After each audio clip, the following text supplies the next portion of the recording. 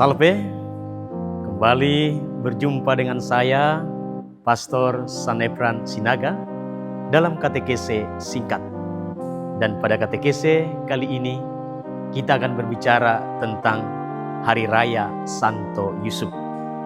Bagaimana Hari Raya itu berlangsung, dan bagaimana sejarahnya, mari kita renungkan bersama. Satu hal yang menarik dalam masa Prapaskah adalah bahwa di dalam masa Prapaskah itu ada suatu perayaan, yakni hari raya, yaitu Hari Raya Santo Yusuf, suami Maria.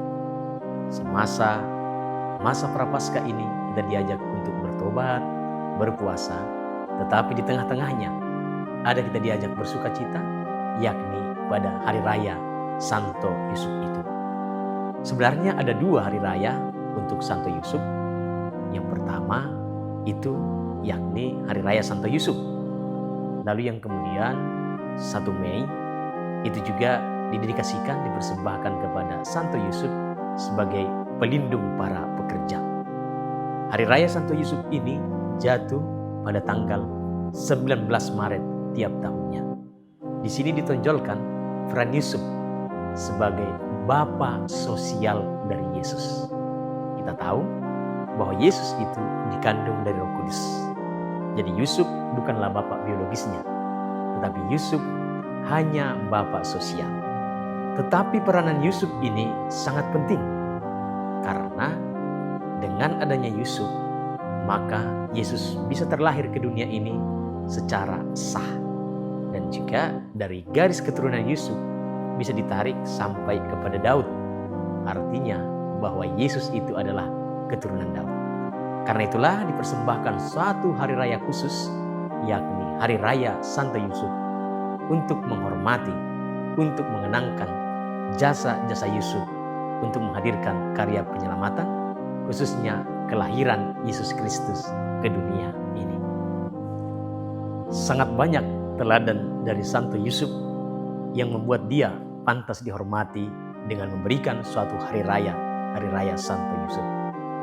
Teladan-teladan itu terutama adalah soal ketaatannya. Kita sering mendengar ketaatan Bunda Maria dengan berkata, "Terjadilah padaku menurut perkataanmu." Tetapi kita juga jangan sampai melupakan bahwa Yusuf itu adalah seorang yang taat. Karena ketaatannya lah, maka Yesus bisa lahir ke dunia.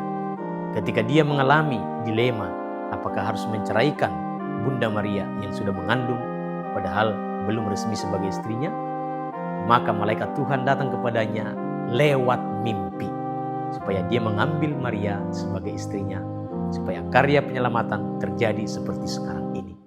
Dan Yusuf dengan ketaatan total, walaupun tidak berjumpa langsung dengan malaikat, walau hanya perjumpaan itu lewat mimpi, tetapi Yusuf juga tetap taat, dan dia mengambil Maria menjadi istrinya. Dan selama hidupnya, dia tetap taat dan juga menjadi penjaga bagi keluarga kudus dari Nazaret.